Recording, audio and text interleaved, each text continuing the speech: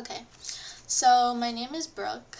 I'm currently I'm completing my prerequisites for dental hygiene, but I'm not completely set on it. So I have been exploring a few other majors, and I would honestly I don't have an exact goal for my profession. I'm just kind of seeing where life takes me.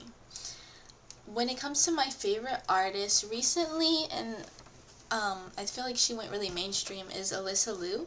She's an ice skater, and I know that is more of like, she's more of an athlete, but I feel like ice skating has components of both. It has the athletic part, and it also has the performance art part of the profession slash sport. So I feel like when it comes to her, she went to the Olympics, she won gold, that's super cool. But I feel like she's different because you can see the passion behind her art. And she talks about how she does what she does out of love for it and not just the credentials and the awards that come with it. And it's just refreshing to see someone that genuinely enjoys what they like to do. And I think that she's so inspirational because she loves to tear down the negative aspects of her sport slash profession.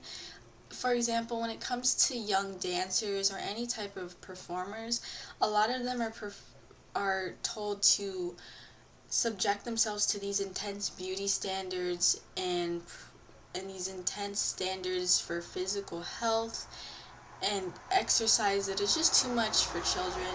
She joined the sport when she was a kid, then she took a hiatus, and then she came back as an adult. And she said, when I come back, I don't want to be subject to all these intense time frames and time restrictions, and I don't want to be starved. I want to keep my body healthy.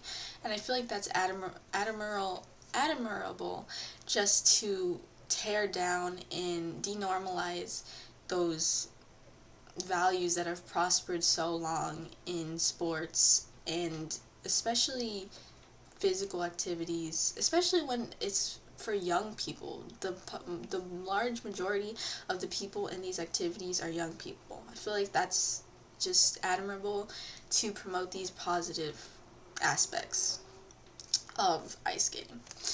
And I feel like the best piece of advice I've been given is from my psychiatrist, which the piece of advice was, too much of a good thing is a bad thing. And I feel like it helped me keep and maintain balance within my life. It helped me realize that you shouldn't do too much of what you love, because one, you could get sick of it, but more importantly, you need to do the bad things in your life, like chores. You don't want to do that, or paying your bills, or getting your responsibilities done, your grocery shopping. Yes, you could do all these good things in your life, but it's the good things in your life will become more enjoyable when you do the things that you don't enjoy as well.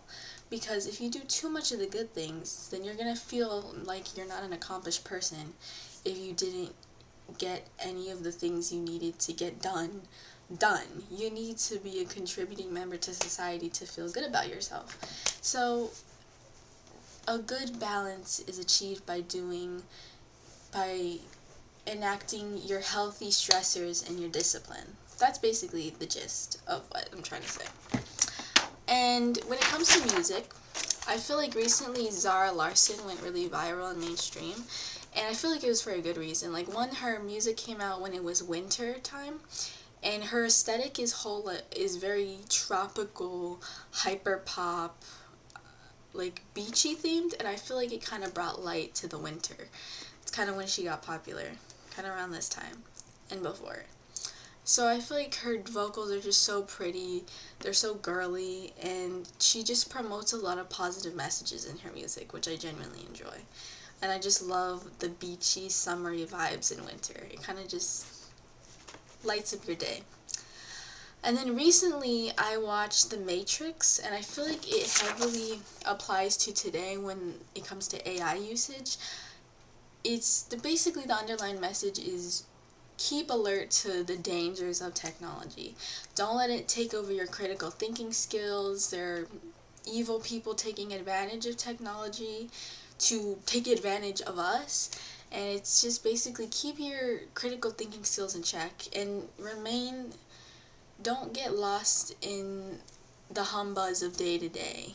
Remember that you want to become more than what the mundane tasks of life are, and develop an identity. Basically, I feel like that's kind of the underlying message.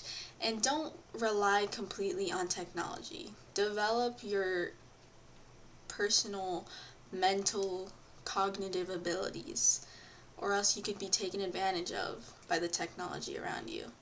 Even if it's easier to remain blissfully ignorant, it's not worth it. And that's just a message I think applies heavily today with like ChatGPT and stuff. So I like the message behind it.